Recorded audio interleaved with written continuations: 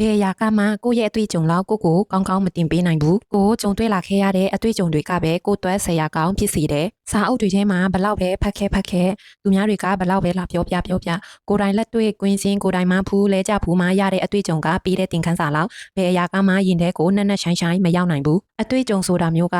တောင်းမှလိုမျိုးစာမင်းပွဲတွေနဲ့မတူဘူးရှင်စာမင်းပွဲကသင်ခန်းစာအရင်တင်ပြီးမှစာမင်းပွဲစစ်တာပေါ့နော်အတွေ့အကြုံခါကြတော့စမ်းသပ်မှုနဲ့အရင်စားတဲ့အခက်ခဲကိုအရင်ပေးပြီးမှသင်ခန်းစာကိုရစီတာပေါ့နော်ဘာလို့ကိုယ်တိုင်ကြုံရတဲ့အတွေ့အကြုံကအကောင်းဆုံးစရာဖြစ်ရတာလဲဆိုရင်စာအုပ်ထဲမှာစာထဲမှာကဒီလိုလုပ်ရင်ဒီလိုဖြစ်မယ်လို့ရေးထားပေမဲ့တကယ်တမ်းလက်တွေ့လုပ်တဲ့အခါရာသီဥတုပတ်ဝန်းကျင်စိတ်ခံစားချက်အစားတဲ့ပြင်ပအချက်လက်တွေကြောင့်အလဲပြောင်းတွေအများကြီးရှိလာနိုင်ပါတယ်အဲ့ဒါတွေကိုကိုယ်တိုင်ကြုံမှပဲအလိုက်တင်းဘယ်လိုဖြေရှင်းရမလဲဆိုတဲ့အကြံဉာဏ်တွေထွက်လာတာပါအမားတွေကနေအပိုင်းမှတ်မိသွားစေတယ်ကိုယ်တိုင်ဆုံးရှုံးမှုတစ်ခုခုဖြစ်သွားတဲ့အခါဒါမှမဟုတ်အမားတစ်ခုလုံးမိသွားတဲ့အခါခံစားရတဲ့နာကျင်မှုကနောက်တစ်ကြိမ်အဲ့ဒီအမားမျိုးထပ်မမှန်းအောင်တဘဝအတိုင်းကောက်ွယ်ပေးတဲ့ခုခံအားတစ်ခုပဲဖြစ်သွားစေတယ်တယောက်နဲ့တယောက်ကြီးပြင်းလာတဲ့ပုံစံကြီးပြင်းလာတဲ့ပတ်ဝန်းကျင်တွေမတူတော့အတွေ့အကြုံတွေကလည်းကွဲပြားသွားနိုင်ပါတယ်ကိုယ်တိုင်ကြုံတွေ့ခဲ့ရတဲ့အတွေ့အကြုံကနေကိုယုံကြည်မှုတိုးစေတယ်အခက်အခဲတစ်ခုကိုသူများကူညီလို့ကြော်ဖြတ်နိုင်တာထက်ကိုယ်တိုင်ကောင်းချင်းရိုက်တွေးတော်ပြီးကြော်ဖြတ်နိုင်ခဲ့တဲ့အခါငါလုံနိုင်တာပဲဆိုတဲ့စိတ်သက်ခွန်အားကရသက်ပံကြံခဲ့တာမျိုးပါကိုယ်တိုင်ကြုံတွေ့ရတဲ့အတွေ့အကြုံဆိုတာက